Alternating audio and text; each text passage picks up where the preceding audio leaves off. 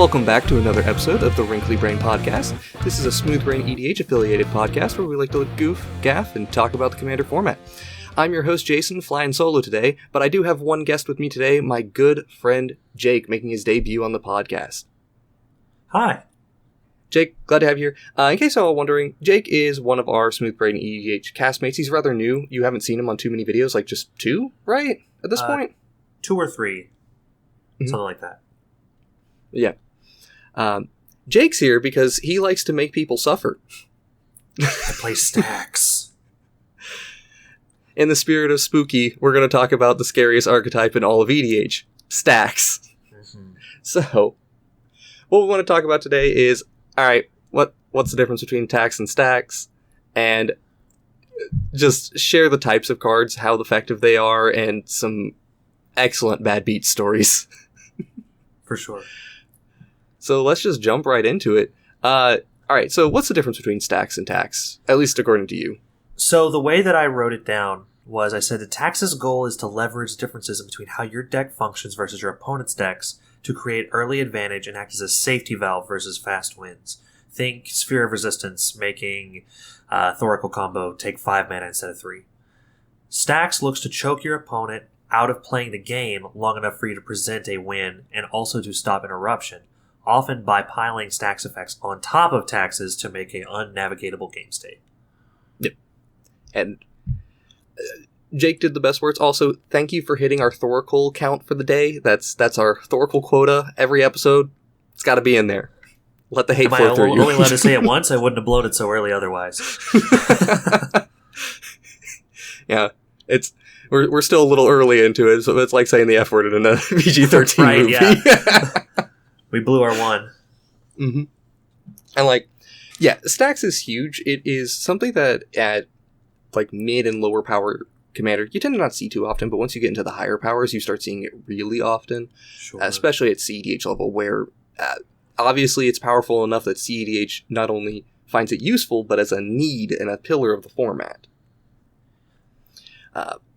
And everyone's played against some things here and there, everyone has played against Hullbreacher or Iona. Oh, I say everyone. Apologies if you started last week. But actually, you know what? You're good. You didn't have to play against these. Actually, I'm jealous. But yeah, let's talk about some of the banned cards from this, right? Because it's a good enough thing that the casual side of the RC has addressed it as problematic. Sure. So we separated these into 2 separate groups. One being banned due to ease of access. So these are legendary creatures that are incredibly powerful Stax pieces that just, because of how Commander works, were incredibly problematic. This includes cards like Braid's Cabal Minion, who, if you just went last in turn rotation, play a Swamp and a Jeweled Lotus, you have ruined that game. Yeah. You have ruined it. Anything else, that game is going to be miserable for everyone involved, right? Mm-hmm.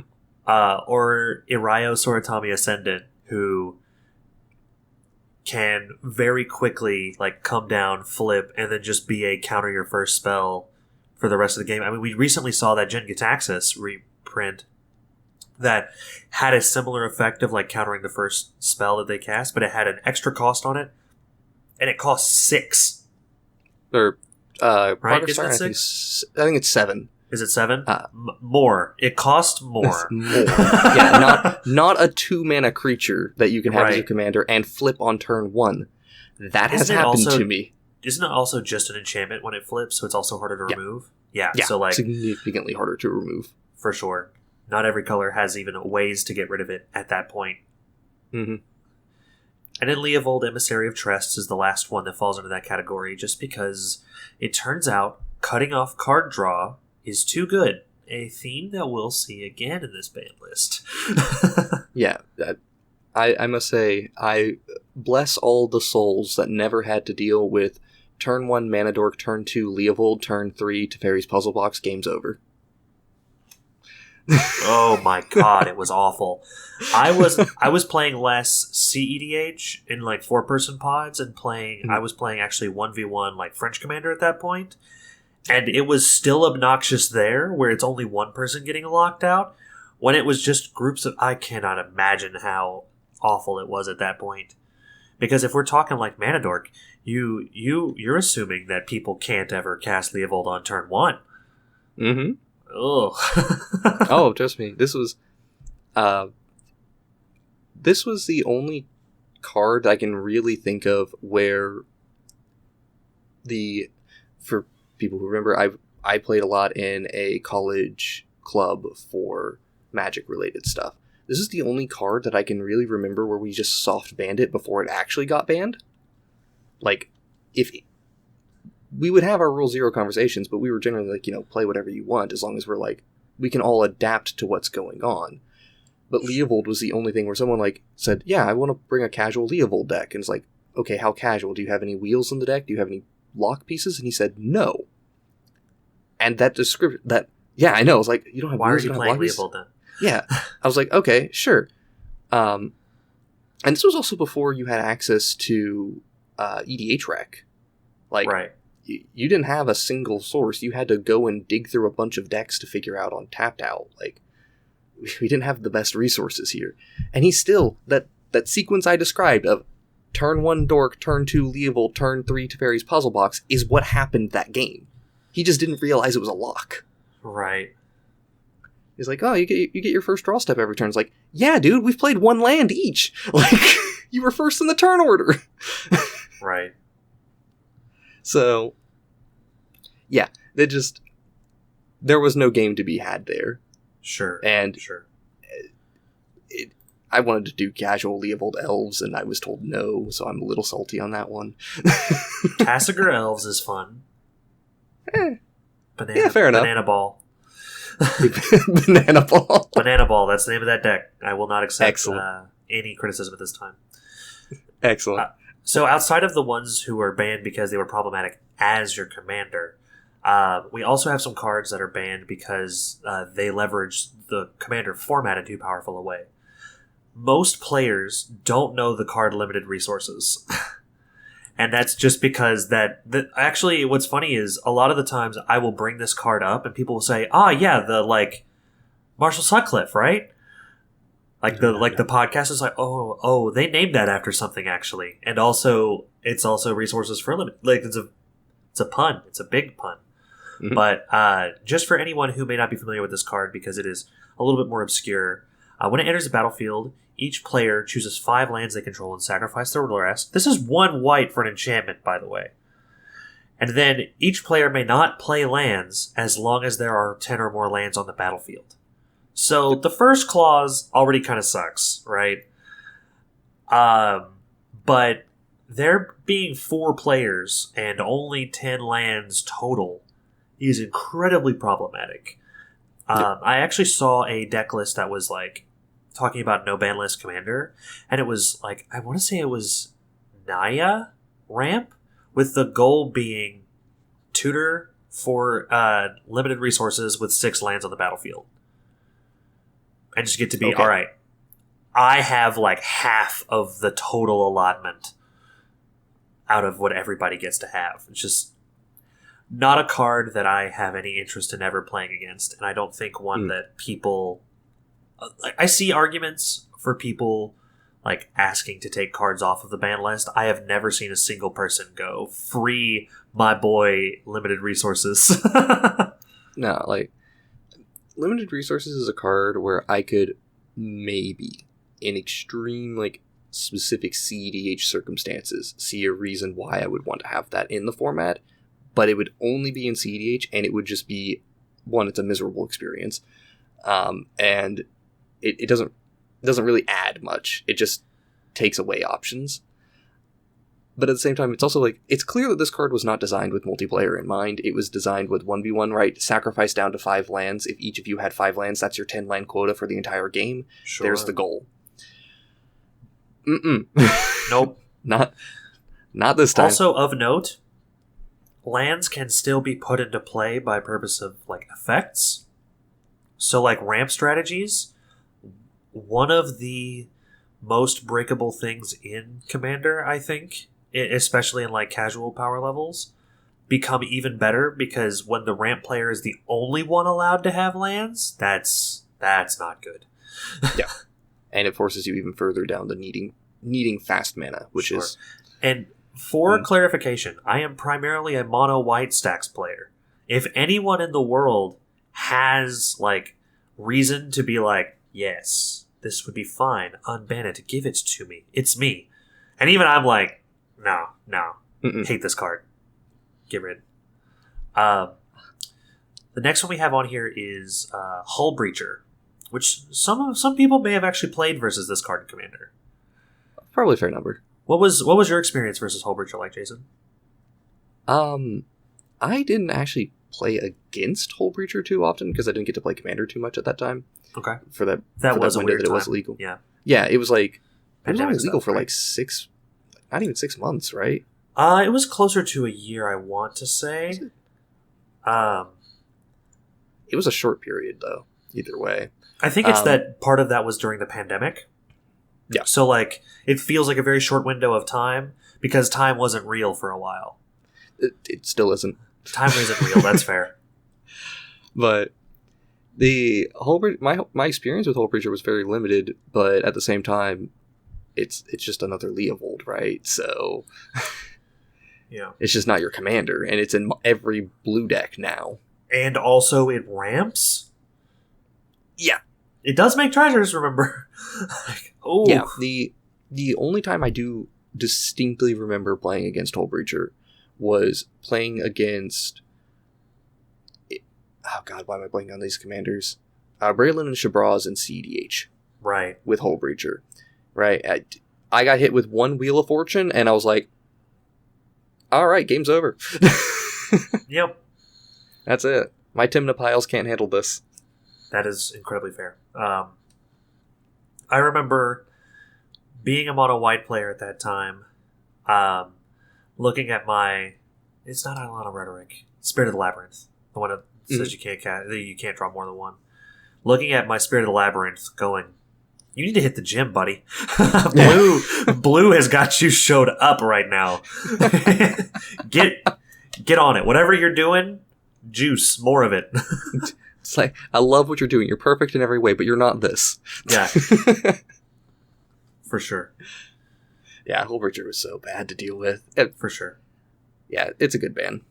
Yeah, and the last one is the only one that I have feelings about it being on the ban list. It's Iona, Shield of Emeria, which is a whopping 9 mana. But as it enters, you name a color, and players cannot cast spells of the chosen color. I like this card. I like it's 9 it too. mana. Yeah. Like, it's 9 mana, and Commander is a 4-person format. If you do not have the resources to not even negotiate a deal, because it's typically not how that works in like CEDH settings, right? But I also will say Iona was not seeing play in CEDH. No, it just wasn't. But even in like other scenarios, right? Letting one person lock another person out of the game is so rarely the correct thing for other people at the table to let happen. Just because, like, of the, like, very held in place, I'm struggling to think of exactly what like wording I want to use for that. But letting one person hold another person down and completely stop them from being able to help deal with the problematic player who played the 9 mana angel and probably has other shenanigans going on is so rarely correct that I played mono red for years, and Iona would come down and name red, and like typically it didn't last for 2 turns. It's not indestructible. Board wipes are all over Commander, and like it's 9 mana. If you haven't done things to get yourself set up, or just also you could pull a 2014 Jake and just be like, yeah, Unstable Obelisk goes in every deck. Just in case. Just in case. So, I have played with or against almost all of these cards except limited resources. Iona is the one I have the most experience with because I was playing Kalia. And that was in the list from the beginning. Like, I always had Iona in that list before it was banned. And yeah, sure, it can do some mean things. You can shut out an entire player. I have shut out a mono-green elf deck a couple of times doing that. I've also died to the mono-green elf deck because I did that, so, like, right. trade-offs. And additionally, this is one of those things where when you get into those Rule Zero and social contract conversations, you know, Iona's banned because you shouldn't do this. It creates an unfun playing experience. The number of times I named the color not played at the table with Iona outnumbered the number of times I named the monocolor deck. So, I think that's a bit of a unfair statement, primarily because allowing cards to be legal because hopefully people will be nice is a little disingenuous, I think. Not everybody's a good bean like you, Jason. Thanks. Yes, exactly. That's the average person is not as good of a person as you are. So, like, I get where they're coming from, and if the criterion for banning cards is it's unfun when this card comes down, there are a lot of cards that I would have banned before Iona, but I do not necessarily disagree that Iona would be on the chopping block if that were our criteria. Fair enough. I can understand why it's banned. All that really matters is my friend Donnie is just shouting at me like, "Ha! I told you it should have been banned for years." Right. Monocolor player? No. Monocolor? Oh, okay. I was about to say that's the mono blue player. Guess since we're here, are we on the free braids camp? I think it's fine. I don't think it is because I think too many good cards have been printed for Commander that break braids. That's true. Because, like, for example, right, in our earlier Swamp Jewel Lotus situation, the game's not actually over at that point, right? Because you still need to provide a sacrificial token outlet for your smokestack that you've pulled from the command zone, right? So I think that I think that Braids needs to stay banned because Braids can't become 5 mana.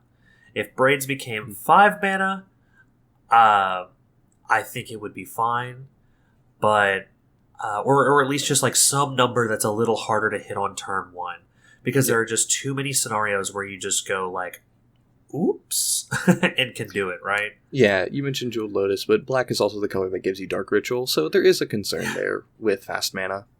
Like, there's just, and like, even if we're talking, like, non-CEDH, right? We're talking, like, what casual Braids Cabal minion deck exists that adds to the fun that people get to have in Magic the Gathering? If like, again, our criteria is they ban cards primarily because they create an unfun playing experience. Do I like Braids as a card? Yes. Of course. Would I snap play Braids if we were playing, like, no ban list Commander? Yes, of course. Am I also kind of happy that card's, like, kept away, cordoned off for the most part? Yes. Yeah. She sits in a weird spot. Sorry, April, we couldn't convince everyone. If you guys haven't seen Cube April on Twitter, go talk with her. She's the biggest proponent for this. But anyway, let's talk about making people. All right. Let's go and just talk about making people miserable with our wonderful taxes. Absolutely. So we divided all this stuff up into groups, and some of the groups are just relatively straightforward. Other ones, a little less straightforward. But let's talk about the first one of pay a cost to make casting spells happen. So we're talking like Thalia, we're talking Sphere of Resistance, Lodestone Golem, all these cards. As I said in my definition, like, their goal is to come down early, right, and prevent fast wins, at least in, like, the concept of Commander. You're never going to win a game just because of a Thalia, right? Yeah. But what you are going to do is you're going to stop that person from going, like, turn 1 Exploration, because now their spell costs 1 more to cast, right? You're going to stop them from, like, maybe the Rhystic Study comes down a turn later. Maybe the Mystic Remora comes down a turn later. You've got, like, it affects the tempo of the game, which is huge. Yeah. it's impactful, it's meaningful. You know, you're just trying to get tempo gains from it. There's another group, like kind of a subgroup of this thing, where it's like, make casting your spell more expensive, quote unquote. The cost could be something else, like life, or the card that I'm really thinking of, which is discarding a card through oppression. Right, yeah. Mm-hmm. Now that's a trigger, as opposed to the actual increasing the initial cost, but functionally, yeah, you're doing the same thing. I mean, we never necessarily said that it was a mana cost. Mm-hmm. We said pay a cost, whether that is life or like it could be additional mana, it could be cards, all kinds of stuff.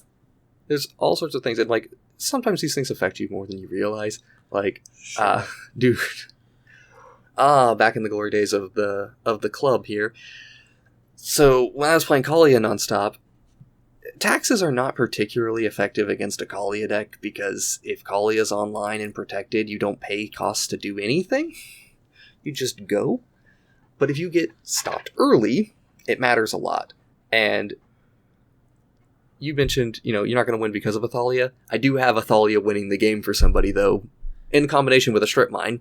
Okay, but there it is. I was about to say, because Thalia alone never does it. Mm-mm. But what happened was, played my land, passed the turn. I get strip mined on turn 1. Okay, thanks. Really appreciate that. All right. A message from 2014, Jake. You're playing Kaalia? Sorry. I got no sympathy. You deserve it. Mm-hmm. Then another player, because it's not the same player who did this, but plays Thalia or Seer Resistance. I can't remember which one it was, but they played their tax effect. And then I go to my turn, play my land, and like, well, gonna pay my mana for my Lotus Petal here. Can't play the turn 2 mana rock that was in my hand that I was all ready to go for. Stopped turn 3 Kaalia. Artifacts were blown up shortly after. I'd never played a spell that whole game. Yep. Like, once another piece of interaction hits the mix with the tax effect, game's over. Well, the other big thing is, right, because when you talk about tax effects, they attack your opponent's hands in ways that they don't expect, right? Because if you look at a hand and your goal is to determine whether or not it's keepable, 2 lands, a Lotus Petal, and a 2 mana rock, cash money, baby. Yeah, that's not keep. But because you did not know the rules yet for the game of Magic you were trying to play, you had no way to effectively evaluate the kind of hand you would have had to keep. Mm-hmm. Yeah, these types of static abilities, like, these ones really are defining the rules of the game that you get to play from this point onward. Sure. I didn't play a good one. Let's go to the next one. Yeah, I was just about to say, our next group is, instead of paying a cost mandatory, right, where like if you can't pay it, it like goes back to your hand, that was an illegal spell, let's fix this. This is pay cost or I do a thing. This is like Rhystic Study, Mystic Remora, Wandering Archaic. These are cards that provide additional taxes unless you like fit the requirement. I almost don't even want to put Smothering Tithe in this section, because who pays the 2? I do. Pay the 2? Me. Wow. Absolutely. You are different than I. I never have the spare mana. Oh, I do. I have it all the time, because I'll just sit there and go, I can pay this tax, I can pay this one. Yes, I will pay my taxes. Right. You're a good law-abiding citizen. But these ones are typically similar in power level at their best, but are often far weaker than like the just mandatory extra costs. Obviously, Rhystic Study is a nightmare, right? Like, but that is less because of Rhystic Study's text and more because of the impatience of Magic players, if I'm honest. We must remain strong, brothers. We must not. My greedy, non-law-abiding citizens, please. Please just pay your taxes. All you have to do is do not feed the fish. It sucks to play by their rules, but you play by their rules and beat them at their game. Or if you can help it, try not to play their rules and their game. But if that Rhystic Study's down, you're playing by their game. All right, moving on to the next one. hey, pay this cost if you want to do a thing.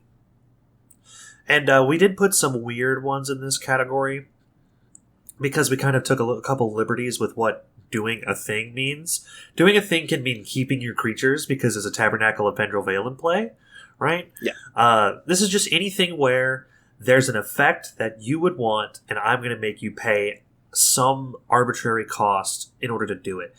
We're kind of getting down to the weaker level of tax effects because these imply, and also for the same reason that pay cost or I do thing can be weaker. Anytime you give your opponent a choice, it's inherently weaker, right? Like that's just like a fundamental truth. If you give choice to your opponents, your card is now weaker, just because they can choose one of two options that is least awful for them, whichever that may be. Mm-hmm. So like Leonin Arbiter saying that you can't search your library unless you pay 2 is so much worse than a Naven Mind Sensor, right? Yep. Like that's just not really debatable. It's just kind of like how that is. Sometimes these cards can have a place depending on, because they typically are very, very mana efficient and very inexpensive. So like if you can play a Leonin Arbiter on turn 1, that can stop fetch lands. I mean, that makes Evolving Wilds a very sad card. Yeah. It can do a whole lot of things. Evolving Wilds was already a very sad card, but I know, but it like gets so sadder. So much worse. Like, yeah, generally speaking, we are also, again, looking at this from the Commander format perspective. When you talk about Legacy, for example, you'll sometimes see a Leonin Arbiter, but you'll also almost equally as much see Aven Mind Sensor. Neither card's particularly important, and this is a format where you get to play against decks that are playing 8 to 12 fetch lands pretty consistently. So, like, you know, it's not a good enough tax effect most of the time. You'd really just rather say, for a lower mana cost, just don't do a thing, or you just choose to not fight on that axis. If I'm going to do a mana denial strategy, I'll just blow up the land as opposed to keeping you from searching for it. Take that, Stifle. Right. And then the last category we have in this taxing group, it's Punisher effects for the most part, like making you lose life if you do a thing. Harsh Mentor sucks, and it makes me sad. Mm-hmm. Painful Quandary. Painful Quandary is good because it's enough damage, but like it ends the game. Yeah. It's just it's pretty miserable, honestly, because these cards are, the way I look at Punisher effects is, did you play Standard when Risk Factor was a card that was common? Oh yeah. Okay, so Risk Factor, I think, is the perfect example of what a Punisher card has to be, which is it has to be busted or else it's useless. Yeah. Like, you have to give give me the choice. Yeah, give me the choice between 2 broken options, or don't make me have to make a choice to begin with. Right. And we've seen, there's the proactive side of things, like with Risk Factor, or some of the newer cards we're getting out, like Obnixilis the Adversary, for example, has a Punisher effect built into his +1. And that's just, you make the choice, you're getting punished regardless of what it is. Whereas this is, the choices between do your thing or don't do your thing, pay the cost either way. Right. But they can be good. And, we could say, like, Oppression maybe falls in this category as well, but sure, it's a little bit of overlap. But yeah, all right. Let's get out of the minor leagues. Let's talk Stax. Yes. It's a good thing that we don't have a limitation on how many fuck yous we can put into a single episode, because here they come. Fuck you, it's Drannith Magistrate. This card's crazy. This card is crazy. Like, I have never seen a format get to have main board worthy on its own access to cutting off a whole zone that every deck has to use, right? Like, we know how good Graveyard Hosers are from, like, other formats, right? Every deck has to at some point, well, not has to, every deck wants to at some point use its commander. There is some set of circumstances where the cards you have in hand are worse than that little bro you brought to just be your insurance plan, even if it's like a deck where the commander does not actually matter, right? Like some like Tymna piles where like the commander's great. Yeah. Like the commander's good, but it's in no way like a necessary part of the strategy. And also Drannith Magistrate is part of a change that we've seen in the most recent years where Stax doesn't have to be universal anymore. Used to, back in the old days, the reason that we got away with Stax cards were because they applied to everyone equally, right? Like Sphere of Resistance being the perfect example. All of them cost more. The Fushigi Ball cares not who it is that's trying to cast a spell. Only that a spell is being attempted. Only a spell is being attempted. But Drannith Magistrate, cutting your opponents off of such a resource that sometimes they just can't win. Some decks just can't win without their commander. Oh yeah, watch Godo Helm try to win without Godo. But Iona's not fun enough. Right. That's all. This is kind of the big point for me. Is like if we want to ban cards because they're not fun, how does you're actually playing Canadian Highlander? You're not playing. You're not playing Commander. I am still playing Commander though. For 2 mana, okay, but Iona's not fine at 9. Yeah, that's honestly a really good point. I didn't even think about it. No, that's a really good hot take though, because thinking about it in the context of Stax decks, you go into the game not knowing the rules, but you can navigate the rules. Drannith Magistrate, you walked in playing the wrong format. Right. You built your deck fundamentally wrong every time. Yeah. And it's also inconsistent, though, because you don't know if the Drannith Magistrate's going to be there, so you still have to play as if it's not going to be there. So that's... My favorite example is, I have a friend who, they play Jessica X. Like, they play just lots of different partner combinations, but Jessica is always one of their commanders. And because of that, they play less removal than typical. Just because they have such a good removal spell in the command zone until it's time to go off with Jessica. Well, Drannith Magistrate makes that a poor deck building choice all on its own. Just by existing, makes that entire deck philosophy fundamentally flawed. Yeah, that's a good point. This is a really good contender for another card being banned, potentially, and it being a Stax piece. Because it's just... Ooh. Alright, let's move on to our next one. Fuck you, stop casting spells. These are the cream of the crop. The CEDH premium. Yeah, you got your rule of law effects. You got the new Gen Gitaxis progress tyrant. Yeah, I put Gitaxis twice here. Yep. Silence, kinda, and Grand Abolisher. Who Grand Abolisher is in his own special little category in my heart called "Fuck You, It's My Turn on the Xbox." Yes. Everybody shut up. It's my turn to talk. I mean, these cards are great. They attack the format in such a specific way just because Commander is probably the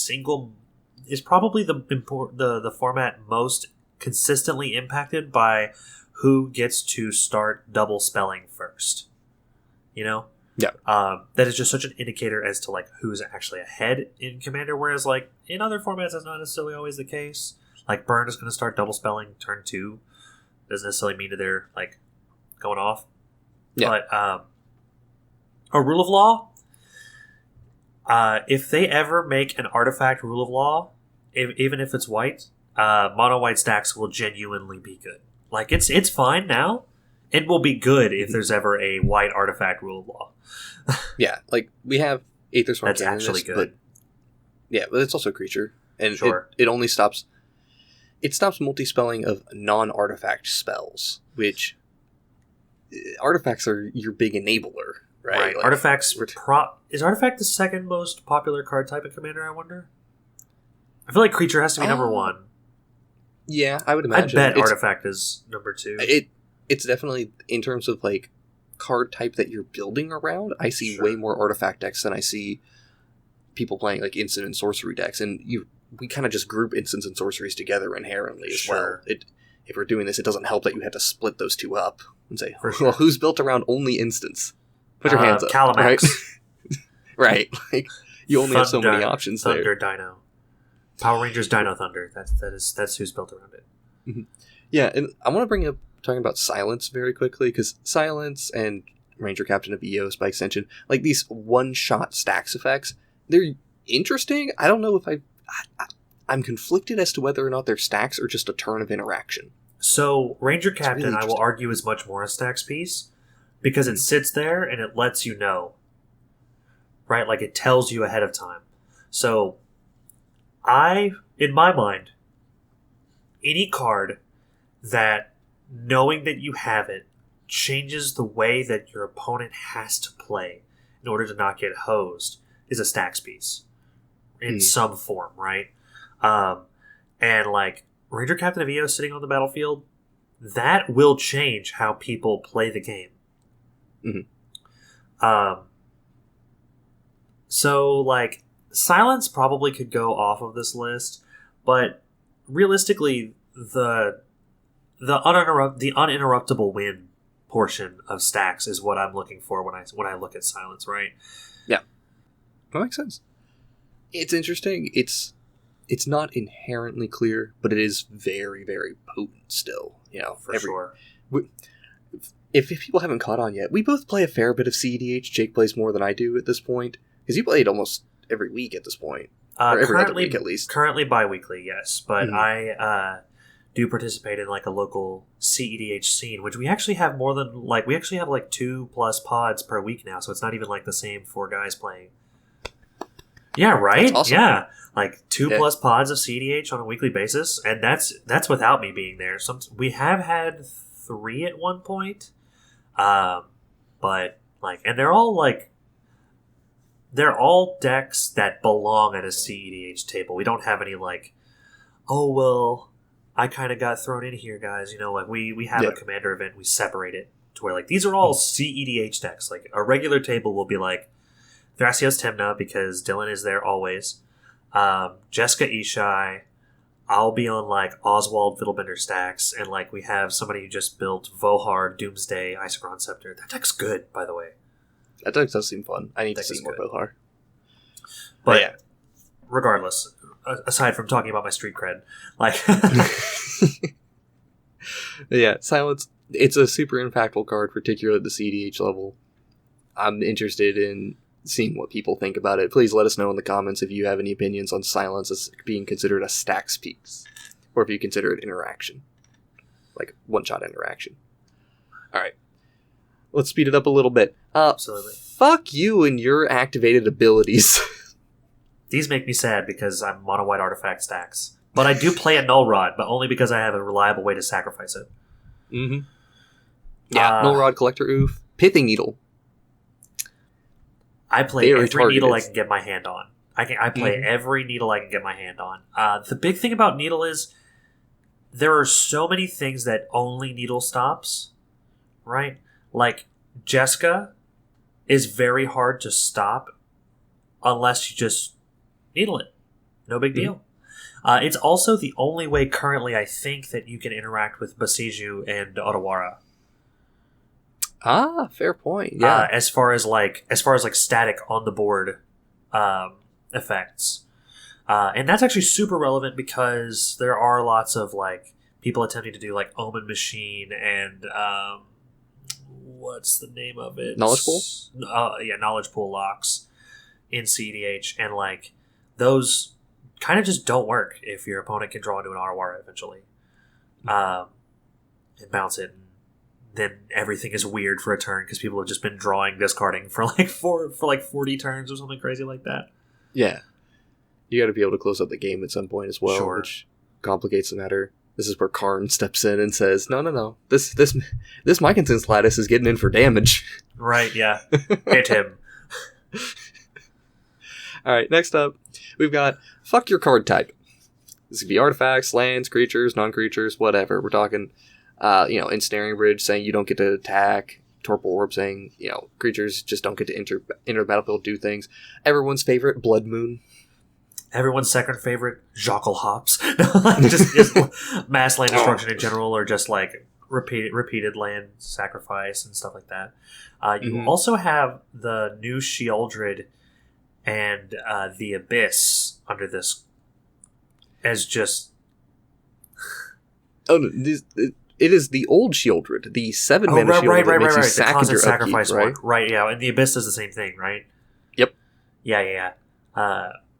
Functionally, These cards tend to be a bit more niche, right? Because, like, okay, so Torpor Orb, right? I can't say it again, but the 2-mana blue creature with a very good enter the battlefield effect. Oh, Gilded Drake? Sure. It's a good one. Yeah, that is a good one. But, like, ETBs need to be relevant in order for that card to matter, right? Blood Moon, someone needs to have a greedy mana base for it to matter. Ensnaring Bridge, combat damage needs to be someone's goal for it to matter. But the thing is, the point here is that as we get more specific in Stax pieces, they get more backbreaking, right? Because, like, if you do have the mana base that Blood Moon hurts you, Blood Moon doesn't just hurt you. You were boned. Oh, yeah. Like, you are often not able to play the game until Blood Moon leaves. Yeah, if you have that greedy of a deck. And, well, sometimes you don't even have to have a greedy deck, right? Like, sure. So, let me tell you the woes of playing Modern for a minute. So, I've never been a huge fan of Modern, but when I got into the format, I started out with Merfolk and Burn. Never did I ever expect my two functionally monocolor decks to lose to Blood Moon so badly. Like, both of them do, though. Yeah, Blood Moon's not, like, Blood Moon is not a good card against Burn. But in, like, my first Modern event with Burn, I lost to Blood Moon twice. Where's your handful of, like, red-white spells? Yep. Okay, yeah. Bunch of red-white spells in hand, and one of them was, like, I was playing against my friend on Jeskai Control, and I'm like, why did you leave Blood Moon in against Burn? And they're like, I don't know, it's because sometimes it killed casual. you. Like, it's like, I mean, it worked out this time. I happened to draw literally 6 multicolored spells, but... These days, Burn isn't as bad about it, just because, like, they have more bolts, right? Like, Skewer the Critics, and, like, Light Up the Stage, like, just more red cards so they can actually get closer to, like, a mono-red Burn being viable. Oh, yeah. But, I mean, at this time, they're also not playing Lightning Helix anymore, so, like... At that time, this is when Lightning Helix was being played. So, yeah. It's amazing that once you just blanket remove a certain card type or certain interactions from the game, it just has unexpected splash damage, right? Being a Merfolk deck and not literally being locked out on turn 3 because I had 1 island and 2 Mutavaults. Like, sure. Oof. Well, that was in the previous category, Collector Oof, but we'll keep going with this. So next is Fuck Your Graveyard. This is a very well explored archetype, I think, of Stax pieces. We don't even necessarily consider Grave Hate Stax in a lot of situations. No. It's good interaction. I will denote the difference between a Pajuka Bog hitting something one time and a Dothi Voidwalker just exiling anything that tries to go in. Sure. And Rest in Peace is, like, the ultimate Grave Hate, because it also just exiles everything that's already there. But, yeah, Grave Hate's good. Play it. Turns out.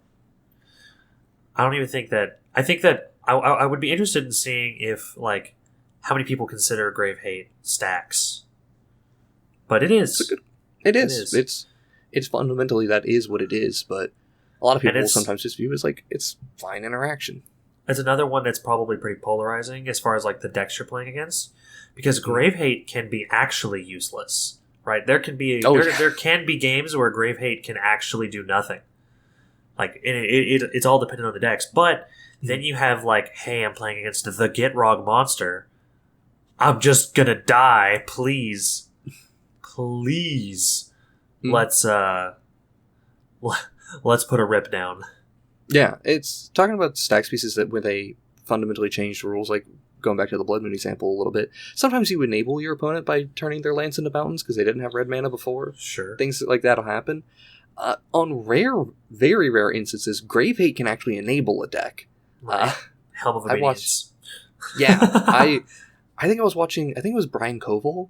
He was playing Bosch and Roll, if anyone's familiar with him. He was playing Legacy, and He was trying to play like a mono black helm deck or something like that, and he enabled his opponents who was playing a Rest in Peace Energy Flux, I want to say, deck. Right? Like these ones that like, I can't remember what the name of the card is exactly, but it's like it prevents damage and you have to sacrifice, like, if you don't have a graveyard, it doesn't, I don't remember how it gets rid of itself, but if you don't have a graveyard, you can't, oh, it's whenever something enters your graveyard, you sacrifice it. There you go. Okay. So he just locked himself out from dealing damage. It was just like, yeah, cool. Excellent. So That's yeah, awesome. it's... And then you've also got, like, Darthy Voidwalker, again showing us that, like, Stax pieces do not have to be symmetrical anymore. Voidwalker nasty. Yeah, now here's a question for you. Okay. In the category of selective stacks or interactive pieces that go occasionally, is Scavenging Ooze a Stax piece? I believe so. And that is because it is imposing a rule upon the game, right? Whether that be nothing that you want out of your graveyard can happen unless you can play around when I have green mana open, right? So I think it's definitely one of the, like, if we saw like the alignment chart, right, it would be like one of the form, not quite radical, but form neutral solutions where, like, what it does to a game has a similar enough impact that even though it is not templated like a typical Stax piece, that it can function as one often enough that it's actually probably goes into the, like, one of my favorite, like, flexible sections of Stax, which is Stax pieces that will also end the game. Like, it'll help you kill people. Mm-hmm. Big Ooze gon' get you.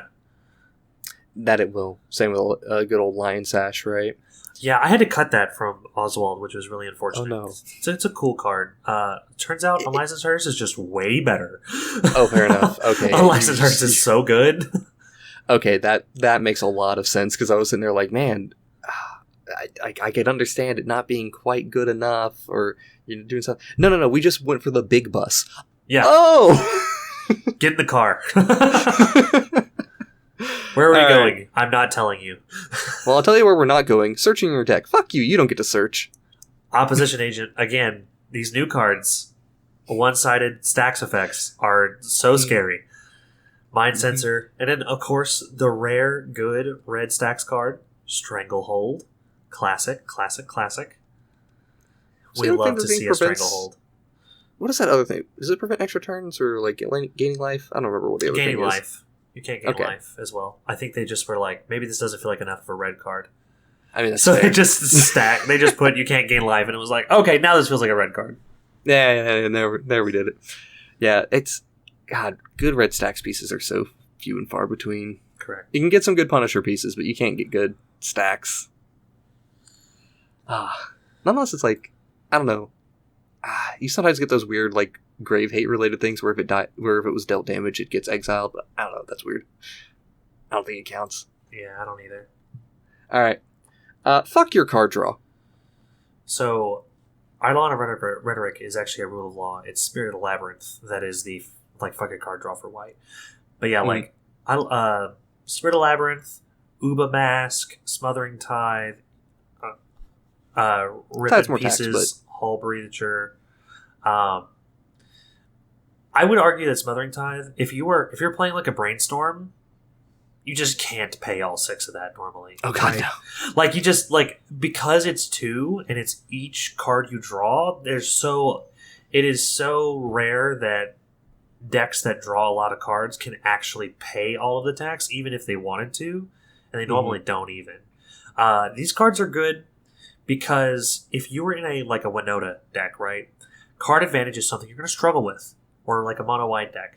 So putting everybody at least not on the same playing field, because like a Thrasios activation can still put cards in their hand without drawing them per se, right?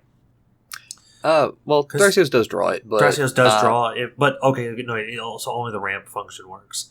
But the ramp like function works. any effects that add cards to your hand without necessarily drawing them can still function. But aside from that, you make them play as if card advantage didn't exist, or at least didn't exist as strong as it did, because card advantage is king, right? Like that's just drawing cards wins games. That's just how that works. Yeah, the more resources you can accrue. Yeah, the fundamental rule of Magic is we are a resource game, resource management, and card draw is one of the big ones. I'm still of the opinion that people value card draw a little too much. Like, getting an extra card here and there, absolutely, try to do that. Guy who needs to, I need to make sure I'm drawing 17 cards every turn. No. You just need a couple cards to win. So, my counter there is that, at what point do you stop developing an actual advantage for yourself by drawing cards? Because if you're drawing 17 cards a turn and you don't have the ability to win instead of stopping, but if you don't have the ability to win and you still need to draw more cards, something's wrong, right? Yep. Like a deck I built recently, I built a Shorkai deck recently, and that deck churns through its deck. Once you start getting Teferi's Ageless Insights and all these things for helping untap your artifacts to just keep drawing more and more cards, it's great and all, but I was running into the fundamental problem of I'm not killing my opponent, I'm just drawing cards. You're spinning wheels, not actually doing anything. Correct, and that's where the lab man comes in. Right.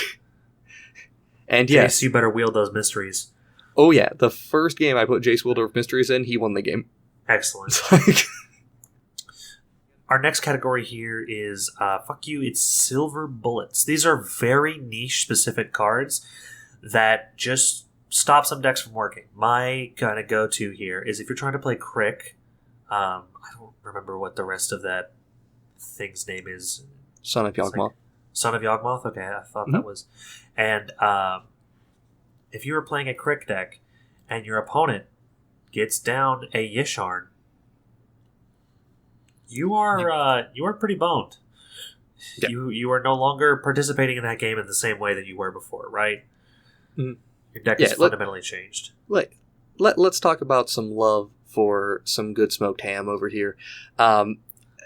Yisharn is good, man. It is. It is.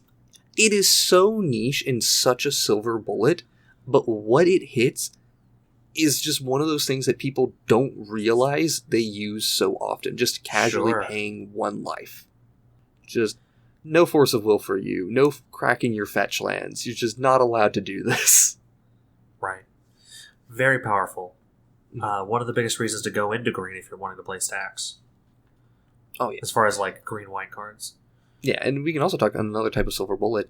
The classic green-white Stax commander of Gaddock Teague. Right. It's a pretty big silver bullet, right? It only hits X spells and things that cost 4 or higher, right? Yeah.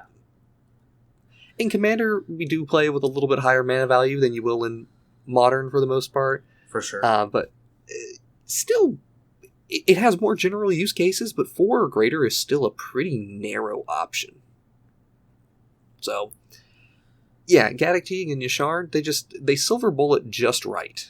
For sure. Really good.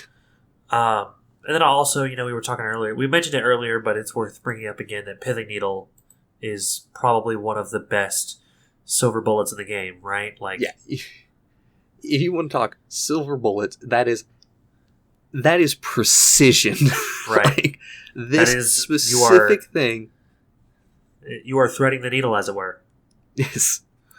It's just this one interaction bit, one thing, this activated ability, only an activated ability of a singular source. That one. That one thing. I'm going to use a whole card on it. Best thing in the world, getting to Pithing Needle and hitting 2 players, though. Oh, it feels so good. Oh, you didn't crack that fetch land? It feels so good. You really should have done that. 1 mana strip mines feel real nice. Exactly. Let's see, what's next here? Oh yeah, fuck you, it's not untapping. These are fun. Classics. Yes. Classics. Everybody loves a good Winter Orb, right? Mm-hmm. Tangle Wire, Back to Basics, Choke, Stasis, classic cards. I mean, the thing about these cards, though, is that the deck is very rarely actually looking to play these cards fairly, right? Like, normally you're built to, oh, okay, well, I can tap down my Winter Orb because I'm playing Urza. So, like, it becomes a one-sided Stax piece, right? Yeah. Or, like, in the case of, like, Back to Basics, I'm playing basic lands so that they untap. Yeah. You're breaking the symmetry one way or another. Sure. In the Winter Orb example, the classic use of Winter Orb was to play an aggro deck and then drop Winter Orb. Once I have, 4 or 5 power in play and we're each only untapping 1 land each turn, that's fine. I'm dealing damage. You're not answering my board. Sure. Fantastic cards. Those ones, so these cards, as far as, like, evaluating, they take a little bit more setup, right? You can't just, like, say, I'm a Stax deck, I'm going to put Winter Orb in it. You need to be able to actually leverage the card with how your deck is specifically built in order to get maximum value out of it. Otherwise, you can king make really easily with these cards. Oh, yeah. Which is a big thing with Stax pieces in general. It's a big thing. You gotta, as part of being a Stax player, is knowing when you should pass with a Stax piece in hand that you know you can play, because you know it will help someone else win more than it will help you win. Boy, is that a hard lesson to learn. Mm-hmm. Yeah, it's finding when to play some of your symmetrical Stax pieces. There was one game I played in Legacy where I actually just didn't play my Thalia out because I knew I needed to have Swords to Plowshares available for me on my opponent's turn. Sure. Because, Big Lage is coming. Thalia's not stopping that. Right. Right? These are the types of things you need. You need to have some consideration, especially if it's going to affect you. But sometimes they won't affect you at all. If you're not playing white for some reason, right. Your Stax pieces tend to be that way for some reason now. Thank you, Oppo Agent. And Dothy. Yeah, it's interesting. I'm curious to see if the design is going to pick up with asymmetric stacks more or less, because we've gotten new Stax pieces recently, which wasn't the MO for a while. Sure. What does Karn Silex say? Is it one-sided? It's for the extra turn, or does it stop extra turns? What does that thing stop again? I know nuking the world is symmetrical. So Karn Silex, players can't pay life to cast spells or activate abilities that aren't mana abilities. So that is a symmetrical Stax piece that is, like, from this most recent standard set. So that's a good sign, I think, as far as, like, them being willing to, because if we're honest, asymmetrical and symmetrical Stax pieces are just different design spaces that allow you to print different kinds of cards, right? So them not being afraid of one of the approaches is good, as long as they don't do stuff like, here's a crazy good Stax piece at a really aggressive cost, also it's asymmetrical. That's when we start to get into scary territory, right? Yeah. Like, Deafening Silence is a completely fine card because it is symmetrical, even though it's very easy to break the symmetry. If it were not, oh my Christ. Yeah. God, that would be insane. You just reminded me of something. Hey, have you ever gotten to play with Karn Silex Unlimited? No, I have not played any Dominaria United Limited, unfortunately. Dude, I got to play that in Limited. How was it? That was... it's a fine card. It's a board wipe in Limited, right? Yeah, which is always something helpful to have. The next section where it's a baby Nevinril's disc. Mm-hmm. Yeah, every time I played it, I was just like, behold, gun. That's fair. Here is the gun. It's over your head. Choose what you would like to play. Right. All right. Last one. The last category I want to talk about is, fuck you. I built this in a cave with a box of scraps. So I didn't understand what that meant at first when I looked at it, and then the thing here is the example that you put is Remnap Excavator and Strip Mine. So what I'm taking to mean from that is that you're not necessarily playing any individual card that is a Stax piece. Yep. But what you're doing is a situation turns them into a Stax piece. Yep. Right? Is that it's like the Stax equivalent of a situationship? Like, it's not supposed to be like this, but it's what's happening. Yeah, exactly. It's I built a Stax piece out of 2 pieces that weren't necessarily Stax pieces. Strip Mine is just a good removal spell, and Ramanak Excavator is just a recursive piece. Right? Sure. It's a good value piece. But when you put them together, you can just, it's particularly in a 1v1 scenario, you just make it so your opponent can't cast. Like, they're not going to cast spells, they're not going to be able to keep a land in play. It's interaction, but it's a recursive element of interaction that creates a pseudo stack or lock. So I guess that would be pretty similar to like a Mycosynth Lattice and like Karn situation, where like normally the Karn would not do that, but because of the particular board state we're in, it has this effect upon the board that is an incredibly powerful Stax effect. Yeah, one of the things you were talking about before, like Knowledge Pool's not a Stax piece. It's just a really weird card. But once you combine the Drannith Magistrate with it, it is now a Stax piece that creates a full lock. Sure. So, there's going to be examples of times where you're able to combine 2 effects to create something greater than that. Welcome to the definition of synergy or a combo, if you will. Right. So Stax players hate those, though. That's why we play Stax. Yeah, until you build the 2-card combo to just lock them out and say, I have all the fun now, you don't get any. I did everything. Oh yeah, this is just... Stax is potent, man. There's a lot of, like, good bad beat stories with Stax. For sure. My biggest thing is that navigating a Stax deck is hard, because as a person who has learned a lot about playing Stax, identifying cool hands versus good hands is so hard. Mm-hmm. Because you need, and whereas like a mid-range deck, right, their goal is to just drop as many advantage pieces as they can early game to try and spiral out of control, right? A Stax deck's goal should be to provide disruption. Well, so first ramp, well, like I guess we'll say advantage. Advantage, disruption, and a clock. All 3 of those things in a pretty reasonable fashion.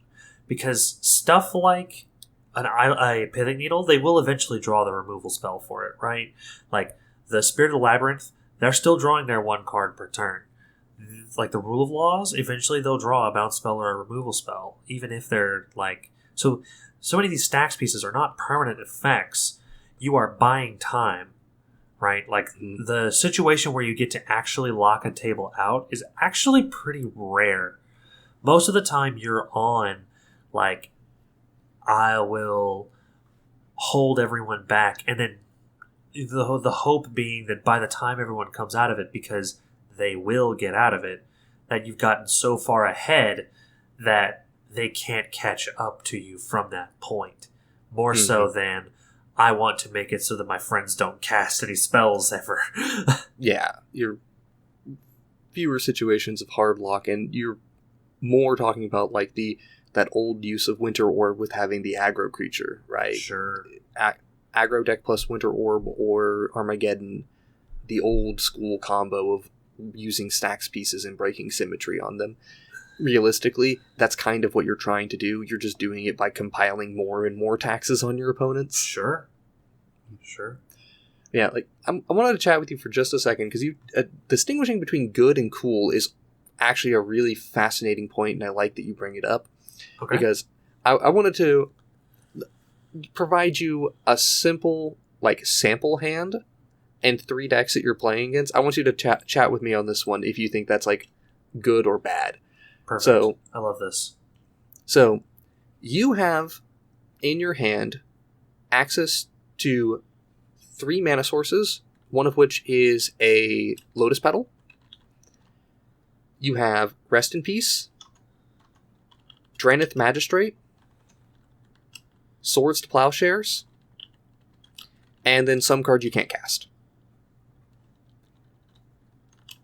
And you are up against a Nala, Gitrog Monster, and a Thrasios Timna pile. Okay. How capable is his hand? Okay. I love these. So the big thing is that we do have access to 2 mana on turn 1. Because we have 3 mana sources. I'm going to assume the other 2 are probably like lands? Yeah, it's 2 lands and a petal. Okay. So 2 lands, a petal. 2 lands, a petal, and Rip is very good because specifically the Get Rock Monster player, cannot win the game until it goes away. However, you are not interacting at all with Inala and Thrasios on that line, right? Swords will be helpful versus the Inala because the commander is typically the commander itself is not important. It's the eminence effect, but like a well timed swords can disrupt that combo. The big thing about that hand is, right, depending on who your commander is, you're gonna go land thing, drop Drannith Magistrate first. I feel like you're with your goal to be playing the Rest in Peace whenever you have the opportunity to in a later turn, but making sure that you keep open mana for Swords to Plowshares. But like the rest of your hand is kind of nothing. You're not drawing any cards. You're not actually creating any advantage for yourself, right? If you're even if you're on like a Winota, right? You have a human. You need non-humans to attack to start getting advantage with your commander. If the Inala player or the Thrasios Tymna player starts drawing cards, you're not actually in that game. All you're doing is you're holding down the Get Rock player. Yep. And only holding down one player, instead of that actually being helpful, it's actually harmful. Because I am projecting that I do not get to interact upon that axis by playing like slow Stax piece type cards, right? And I don't have a lot of the interaction that I would need to have in order to like actually interact in the way that I would need to profitably work against them. And I'm also eliminating another player for them. So like Inala decks are weird, but the Thrasios decks I typically pretty well understand. If they know there's only one other player they have to worry about at the table, they may just be able to sneak a quick win in. There's a world where they just like, all right, make 3 mana. I only need one like extra piece to like be able to go off, one extra like protection piece to be able to go off, just because I basically have 2 fewer opponents than I should. So while the instinct is that this hand is good because it's full of very good cards, right? Like Lotus Petal, Rest in Peace, Drannith Magistrate, Swords to Plowshares. Those are fantastic cards. I don't think you can keep this hand. Yeah, I wanted to give this hand because I think it's close, but it ends up not being there because of the Thrasios and Tymna player. The thing that really gets me here is that the Gitrog player is already in the weakest position at the table because it's a Gitrog player versus 2 blue decks. Yep. So you're actually, the player that you're attacking is the player who is in the least dominant starting position anyways. So I don't actually think that cards that are only good against them are very valuable. Now, if we were in a situation where both of the cards that were like the specific Stax pieces that we had were great versus the Thrasios Tymna, because like, let's be real, the Drannith Magistrate is very good against Thrasios Tymna, because those decks tend to have fewer in-deck card advantage sources just because their commanders are such strong sources of it. Yep.